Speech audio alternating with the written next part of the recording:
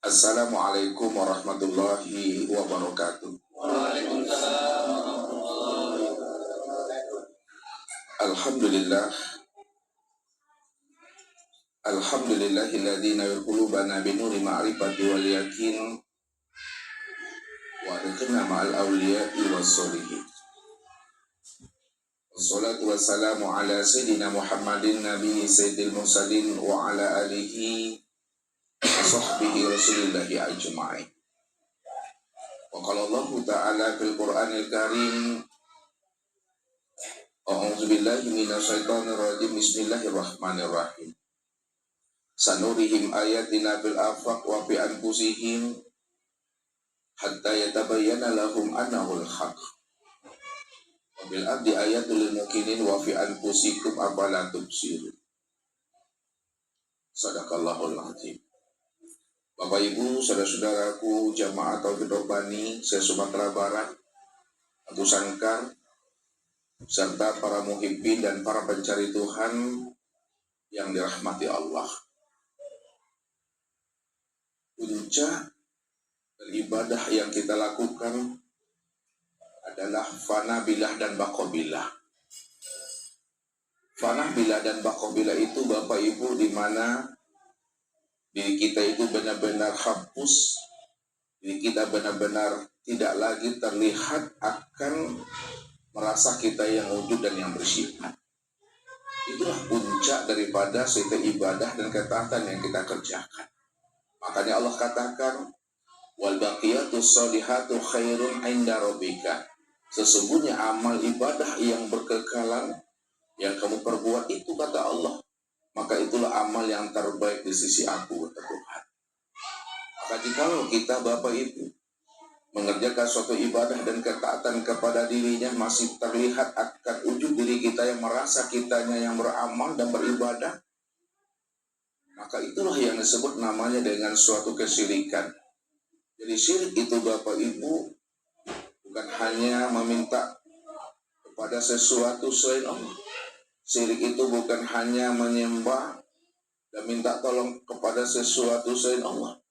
Akan tetapi yang sebenar-benar syirik itu adalah apabila masih ada diri yang lain yang terpandang selain diri Allah, itulah yang disebut namanya syirik.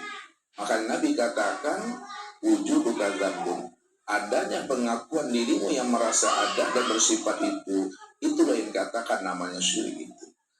Maka setiap ibadah yang dikerjakan apabila tercampur namanya dengan kesyirikan Bapak Ibu, maka ibadah itu akan menjadi hapus dan ibadah itu menjadi batal Bapak Ibu. Allah katakan apa dengan tegas kepada kita? La in asrakta la yahbatanna amaluka wa la takunanna minal khasirin. Barang siapa yang berbuat syirik, kata Allah, masih ada pengakuan dirinya yang merasa dirinya yang beramal dan beribadah itu, la yahbatanna amaluka, maka aku batalkan seluruh amal ibadahnya. Wala takunanna minal khasirin, maka mereka termasuk orang-orang yang rugi, gitu Tuhan. Kalaupun mereka beribadah, itu baru sebatas perasaan, dugaan, dan pengakuan diri mereka saja. Inilah sindiran Allah kepada kita semua. Bagi orang-orang yang menyandingkan dirinya kepada Allah, wa hum yahsabuna annahum yuhsinuna sun'a. Mereka mengira, menyangka bahwa mereka telah melakukan amal yang terbaik di hadapan Allah, padahal mereka itu sudah tertipu dengan diri dan amal mereka sendiri. Inilah yang kita tidak melubah kena galo Bapak Ibu. Tapi kalau tak kicu di antara abedo bana nyawa ala jale siang angin malangkang, namun ojo kaki itu terperosok di dalam lubang. Mungkin Pak Arif Ali nggak ngerti, mungkin Pak Arif Ali. Ya, Ustaz paham itu. Ada Pak Arif Ali Pak. Nah, baik. Ada yang ngerti bahasa Ustaz? Ini beliau dari Pahang Bapak Ibu. Ya Pahang, semalam sampainya di Kuantan, Pahang, Kuantan, Malaysia. Ya, jadi ya, kalau kita ini Bapak Ibu beribadah, ya, di mana ibadah kita itu sudah tercampur namanya dengan kesyirikan, maka ibadah yang kita lakukan sepanjang hidup kita itu akan menjadi ibadah yang hampa dan sia-sia. Tidak bernilai di hadapan Allah. Nah, kenapa tidak bernilai di hadapan Allah, Bapak Ibu? Karena ibadah kita itu sudah tercampur namanya dengan kesyirikan. Bahkan Allah katakan apa? May yusyrik billahi faqad haramallahu alaihil jannah wa ma'wahu nar. Barang siapa yang terang-terangan melakukan suatu kesyirikan kepada aku, kata Allah. Terang-terangan dia menyandingkan dirinya dengan aku. Aku wujud, kata Allah. Dia merasa pula dia wujud. Aku hayat, dia merasa pula hayat. Aku sama basar kalam ilmu kuda iradat, dia mengaku pula merasa sama basar kalam ilmu kuda iradat dan hayat. Maka sudah ada namanya dua wujud. Kalau sudah ada namanya dua wujud, sudah ada namanya dua Tuhan. Maka disitulah rahasianya. Ibadah kita itu akan menjadi ibadah yang batal dan hampa. Dan Allah lemparkan mereka itu di dalam neraka jahanam. Lalu bagaimana supaya ibadah kita ini diterima oleh Allah? Kalau ibadah kita ingin diterima oleh Allah, maka jangan sampai terlihat akan keakuan diri kita yang merasa diri kita ini wujud dan yang bersifat, Bapak Ibu. Biarkanlah Allah yang wujud dan bersifat sejak dahulunya, sekarang dan yang akan datang. Dan akuilah diri kita di hadapan Allah sejak mula adanya. Kita ini nggak pernah ada, sekarang dan juga akan datang. Kapan diri Bapak Ibu tidak pernah ada? Diri kita ini tidak pernah ada sejak mula adanya. Kapan sejak mula adanya diri kita tidak pernah ada? Sejak Allah benar-benar mengatakan dan menyatakan innani anallah, la ilaha illa ana. Sejak Allah menyatakan bahwa dirinya adalah Tuhan. Aku ini adalah Rabb, namaku Allah. La ilaha illa ana. Tidak ada yang wujud. Tidak ada yang bersifat. Tidak ada yang awal, akhir, zahir, dan batin. Melainkan yang wujud dan bersifat awal, akhir, zahir, dan batin. Sejak mulanya adanya kehidupan. Dan sebelum adanya kehidupan adalah aku semata-mata, kata Allah. Maka disitulah Allah menjelaskan akan keahatan dan ketunggalan dirinya, Bapak Ibu. Qul huwallahu ahad. Katakanlah bahwa Allah itu adalah ahad. Ahad itu maknanya esa. Esa itu maknanya tunggal, satu yang tiada berbilang. Kalau ahad itu maknanya esa, satu tunggal yang tiada berbilang, itu makna yang sebenarnya hanya dia satu-satunya. Kalau hanya dia satu-satunya, itu maknanya Bapak Ibu, tidak ada diri yang lain selain daripada dirinya. Kalau tidak ada diri yang lain selain daripada dirinya, itu artinya hanya dia semata-mata yang wujud dan yang tunggal sejak dahulu, sekarang, dan yang akan datang. Pertanyaannya Bapak Ibu, kalau Allah benar-benar ahad, tunggal, esa, gak ada diri yang lain selain pada dirinya, lalu alam dan diri Bapak Ibu ini apa bagi diri Allah itu, Bapak Ibu? Kalau alam dan diri Bapak Ibu gak pernah ada.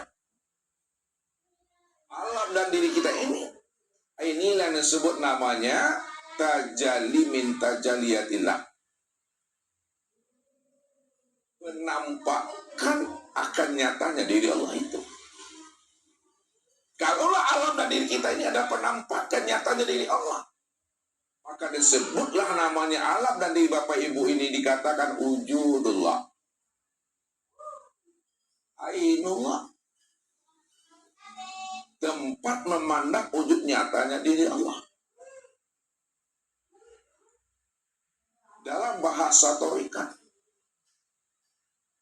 alam dan diri kita ini disebut namanya miratillah, cermin untuk memandang nyatanya akan rupa diri Allah. Dan dalam bahasa syariat disebut namanya abdillah, hamba Allah, makhluk Allah, ciptaan Allah. Apapun namanya Bapak Ibu, apapun sebutannya, maka jangan Bapak Ibu tertipu dengan istilah dan sebutan. Pandanglah balik istilah dan sebutan itu tiada lain hanyalah Allah semata-mata, Bapak Ibu. Makanya kita selalu tertipu memandang bentuk dan rupa, Bapak Ibu. Ketika ketika namanya kaca sudah menjadi gelas, kaca sudah menjadi piring, kaca sudah menjadi cembung, kita tidak lagi mampu memandang kaca yang sudah wujud bertajali kepada piring, gelas, dan cembung. Padahal gelas, piring, dan cembung itulah sebenarnya kenyataan untuk memandang nyatanya kaca itu yang sebenar-benarnya.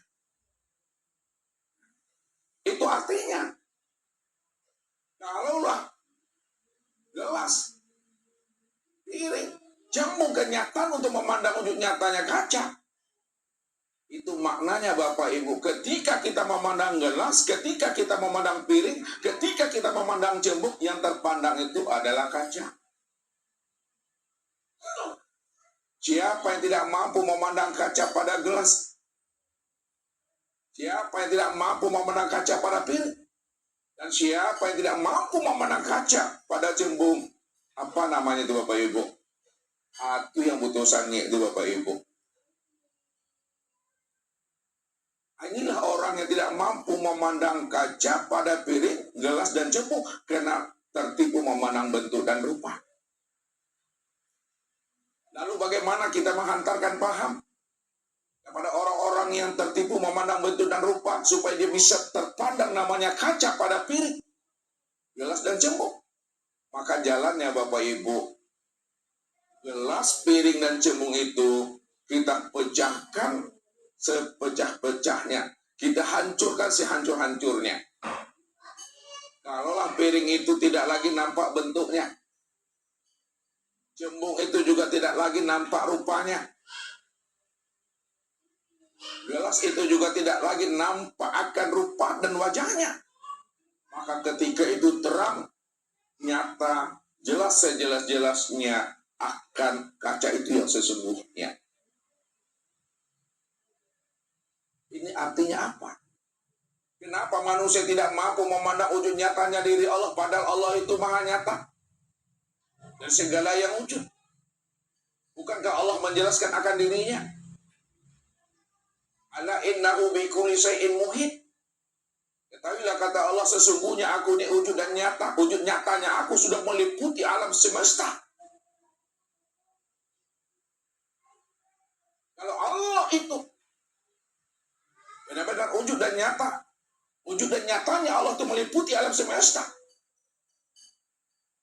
itu artinya Bapak Ibu, kalau Allah itu nyata dan wujud pada alam semesta, dan lebih nyata lagi wujud nyatanya Allah pada alam semesta itu, maka tidak ada sesuatu apapun yang mampu menghijab, yang mampu mendindingi, dan yang mampu menghalangi akan wujud nyatanya diri Allah itu.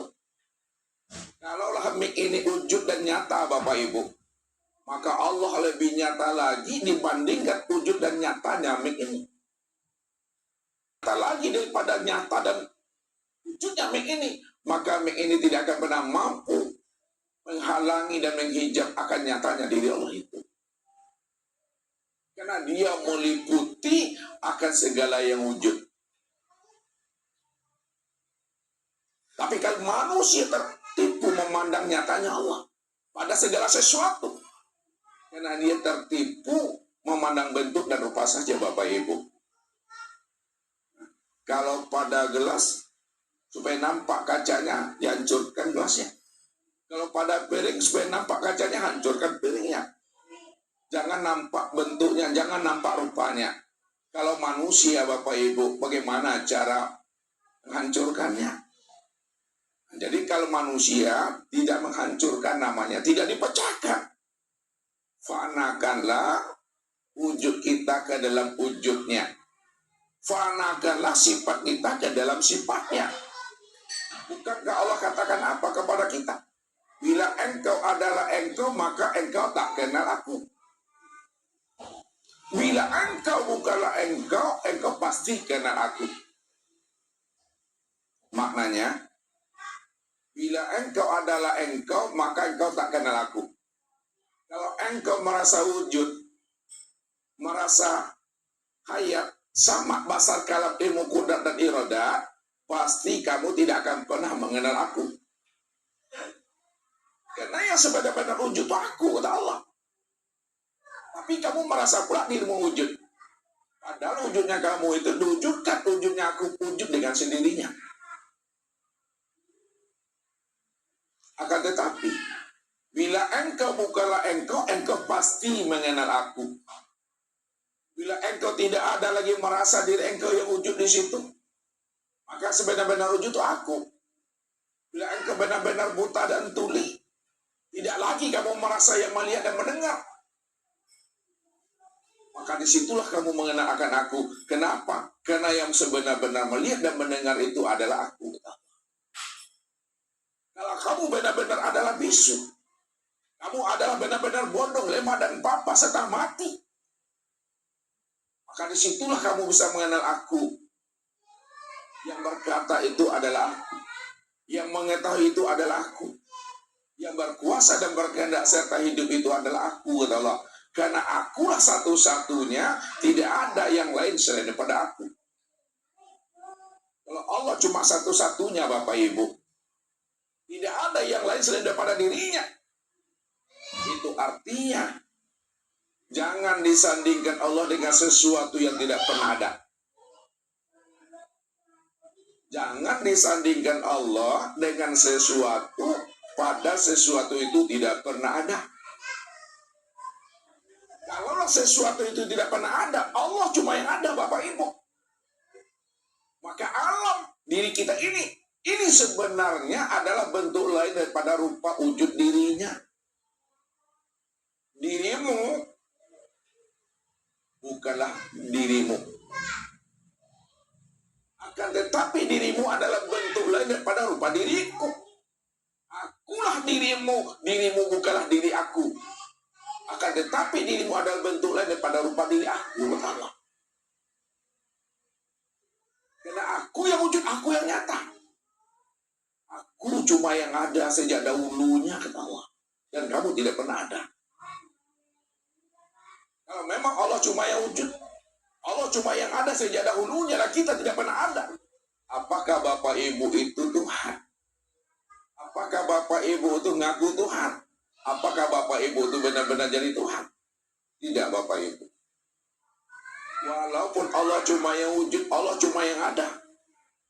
Dan kita ini adalah wujud nyatanya memandang rupa diri Allah. Bukan berarti Bapak Ibu kita ngaku Allah. Bukan berarti kita ini ingin jadi Allah. Bagaimana Bapak Ibu manusia akan jadi Allah dan ngaku Allah padahal diri nggak pernah ada. Makanya belajar ilmu tauhid, belajar ilmu ma'rifat, bukan mengaku jadi Allah. Bukan mengaku-ngaku jadi Tuhan. Tapi belajar ilmu ma'rifat dan ilmu tauhid itu untuk mengenal dan memahami bahwa diri kita nggak pernah ada. Sejak dahulunya, sekarang dan yang akan datang. Yang ada semata-mata itu hanyalah Allah, Bapak Ibu. Jadi bukan ingin mengaku Allah, bukan pula ingin jadi Allah, jadi Fir'aun nanti, Bapak Ibu. Jadi kalau diri kita telah hapus, diri kita telah tiada, insya Allah Bapak Ibu, nyata dan teranglah Allah itu benar-benar wujud semata-mata, Bapak Ibu. Barulah ibadah yang kita lakukan. Betul-betul ibadah yang sudah usul kepadanya. Ibadah yang sudah sampai kepada dirinya. Ibadah yang sudah usul dan sampai kepada dirinya adalah ibadah yang tidak lagi terpandang akan diri ini, walaupun itu sebesar zarah, Bapak Ibu. Bahasa ringkasnya, Bapak Ibu, puncak ibadah itu adalah fana billah dan baqobillah. Namun bagaimana supaya kita sampai kepada fana billah dan baqobillah? Untuk misalnya kita sampai kepada fana billah dan baqobillah sebagai puncak ketinggian ibadah, jalannya Bapak Ibu, kita mesti musyahadah. Kita mesti menyaksikan Allah dan setiap ibadah dan ketaatan yang kita kerjakan. Apa sebabnya, Bapak Ibu? Jalan untuk fana itu Mesti musyahadah menyaksikan Allah. Sebab Nabi katakan apa? Man arafa rabbahu fasadal jasad. Siapa yang telah mengenal Rabb-nya? Allah cuma yang wujud, Allah cuma yang bersifat. Dia yang sama, dia yang basar, dia yang ilmu kuda, iradah, dan hayat. Maka ketika itu fasadal jasad, karam dirimu, fanah dirimu, hancur dirimu, mati dirimu. Makna fana, hancur, karam, dan mati itu maksudnya fananya akan kesadaran diri kita yang merasa diri kita itu wujud dan bersifat. Inilah pesan Nabi. Innakum lan tara rabbakum hatta tamutu. Kamu tidak akan pernah bisa melihat Tuhan kecuali di mudah benar-benar mati. Jadi orang yang mati yang bisa lihat Tuhan, Bapak Ibu. Orang yang mati yang bisa lihat Allah. Kalau orang yang mati yang bisa lihat Tuhan, yang bisa lihat Allah, tentu kita gunakan kecerdasan akal fikir rohani kita. Mati yang bagaimana yang dimaksudkan Allah ini? Melalui lisan nabinya. Apakah mati berpisahnya harus melepaskan cangkangnya? Atau matinya akan kesadaran dirinya merasa dia yang wujud dan dia bersifat itu. Inilah yang ditegaskan oleh Rasul, mutu qabla an tamutu. Matikanlah dirimu sebelum ajalmu sampai. Matikan dirimu sebelum lepas ruh itu meninggalkan cangkangmu. Matikan dirimu sebelum Israel itu datang. Itu maknanya mati di dalam hidup, Bapak Ibu. Mati di dalam hidup, inilah mati secara makna hakikat.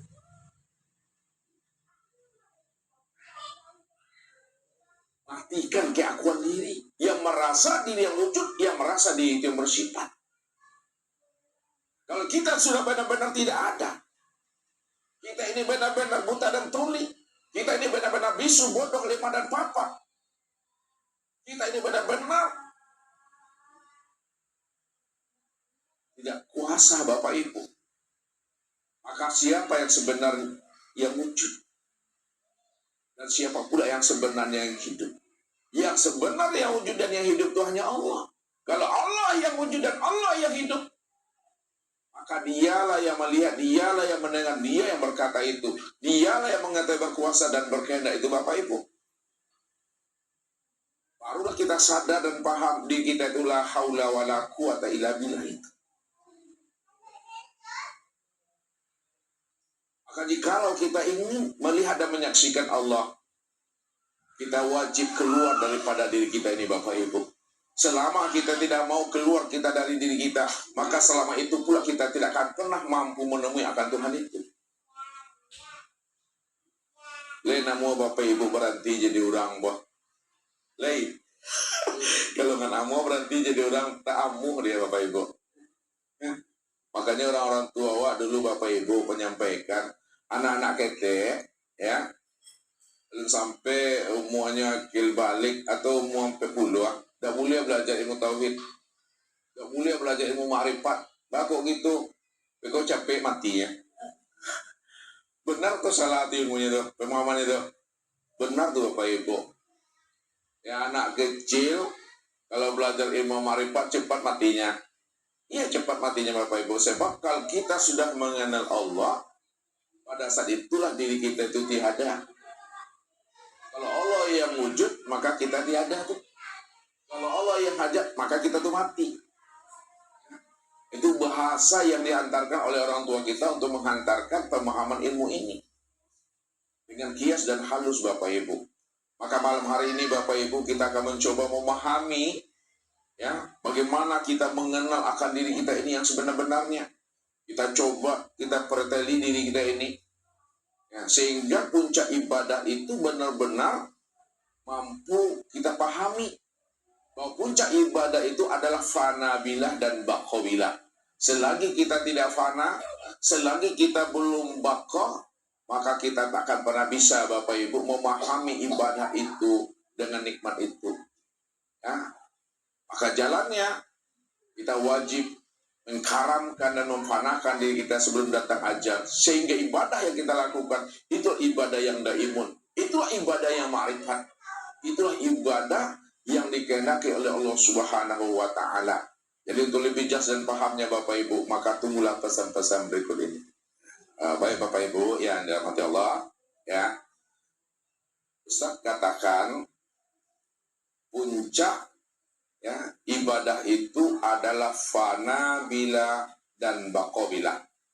Nah, untuk bisa sampainya kita kepada fana bila dan bako bila, jalannya itu musyahadah. Jalannya itu menyaksikan atau melihat Allah. Untuk bisa kita menyaksikan dan melihat Allah, kita wajib mengenali akan rahasia hakikat diri kita ini. Benarkah diri kita ini ada atau tidak? Atau selama ini kita ini mengaku-ngaku ada, padahal kita nggak pernah ada. Suatu pertanyaan Ustadz kepada Bapak Ibu, ya, untuk memanas-manaskan namanya Bapak Ibu, ya, karena suasana dingin ini panaskan sedikit.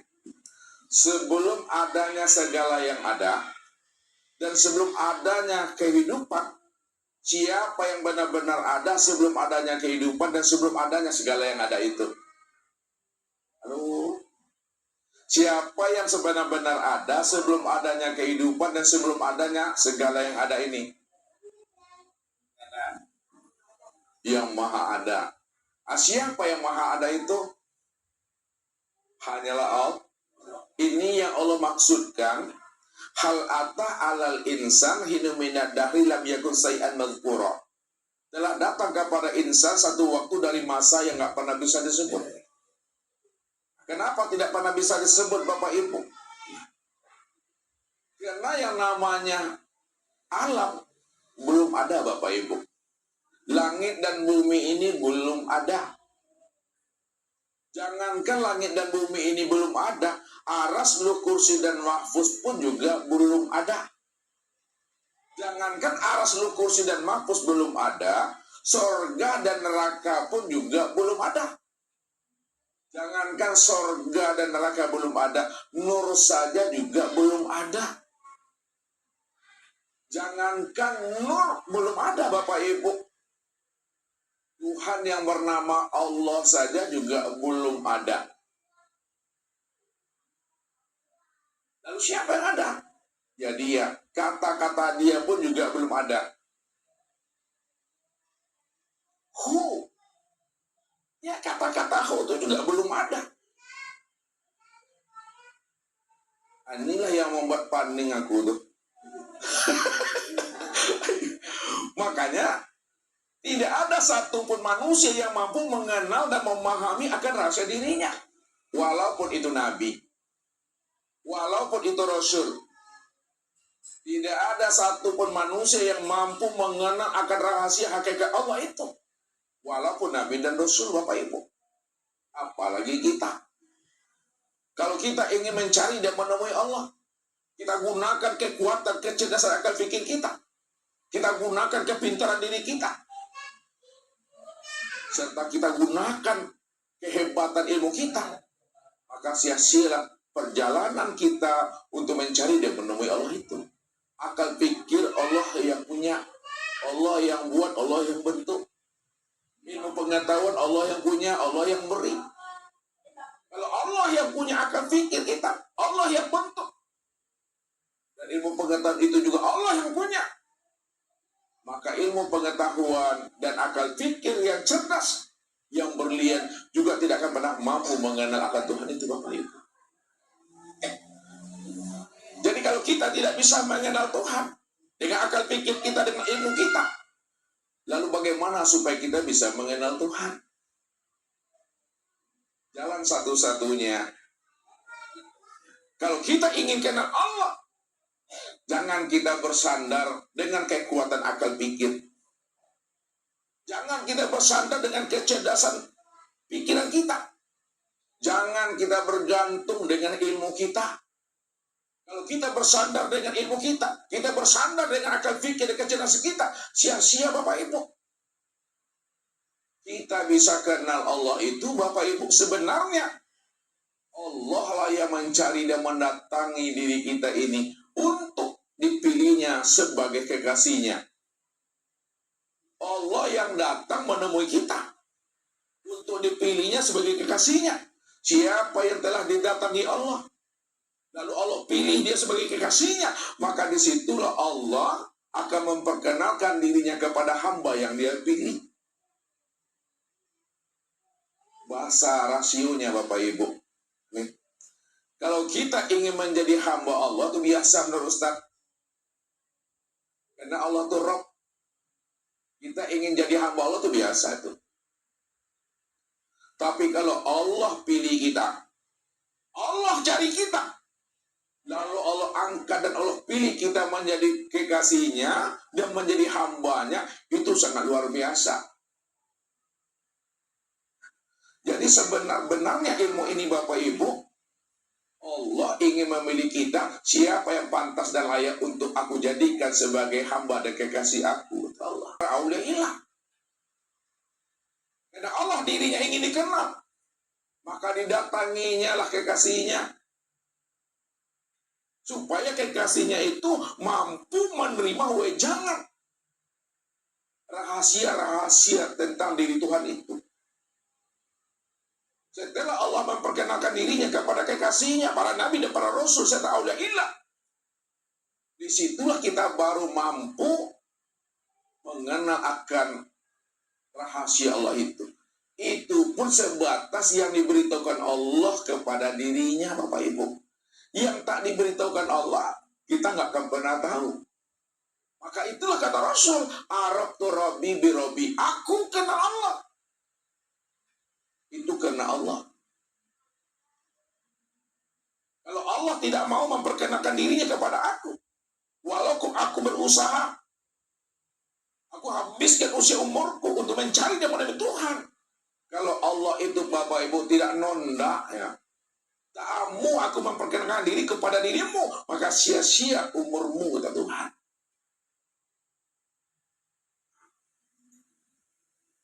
Makanya kita bisa kenal Allah itu karena Allahnya Bapak Ibu. Itulah para nabi dan para rasul. Setelah nabi dan rasul mengenal Allah Bapak Ibu, barulah Rasulullah memperkenalkan rahasia Allah itu kepada umatnya yang belum mengenalkan dirinya. Sehingga dirinya menjadi seorang aulia illah. Maka di situ pula lah rahasianya, walaula murabbi ma'arabtu rabbi. Kalau bukan karena guru, kalau bukan karena mursyid, kalau bukan karena pembimbing rohani, maka aku tak akan pernah bisa usul mengenalkan Allah. Maka kenalilah siapa rahasia guru, siapa rahasia mursyid, siapa rahasia ulama. Sebagai warasatul anbiya, pasti kita mengenal akan rahasia Tuhan itu yang sebenarnya. Maka aku lebih terangnya Bapak Ibu, kita akan mencoba membuka rahasia alun meralun namanya Bapak Ibu. Ya. Mengkaji alun meralun, goibul guyub. Karena kita sebenarnya ada di dalam tiada. Kita ini ada di dalam tiada. Yang tiada itu wujud yang sebenar ada. Jadi malam ini kita akan mengkaji yang tiada itu, mencari yang kosong. Yang ado jadi cari jo, pakai yang ado tuh, yang ndak ado ya kan dicari.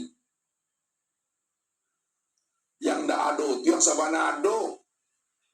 Nah, karena dari yang ndak ado itu ado segala yang ado Bapak Ibu. Nah, kalau Bapak Ibu bawa dengan bahasa rasio, maka bahasa Ustaz ini tak nyambung dengan akal Bapak Ibu. Saya lagi, ya. Kalau Bapak Ibu bawa dengan akal dan rasio, maka bahasa Ustaz nyambung dengan akal Bapak Ibu. Kenapa tidak nyambung? Karena dalam akal pikir, dalam rasio, mungkinkah ada ya segala yang ada ini daripada tiada? Tak mungkin. Akal tak bisa menerima. Mana pula mungkin ada yang ada ini karena tiada. Adanya segala yang ada ini, itu ada karena ada yang ada. Bahasa mudanya, segala yang ada, segala yang wujud, itu berasal dari yang ada. Tak mungkin yang ada ini berasal daripada tiada.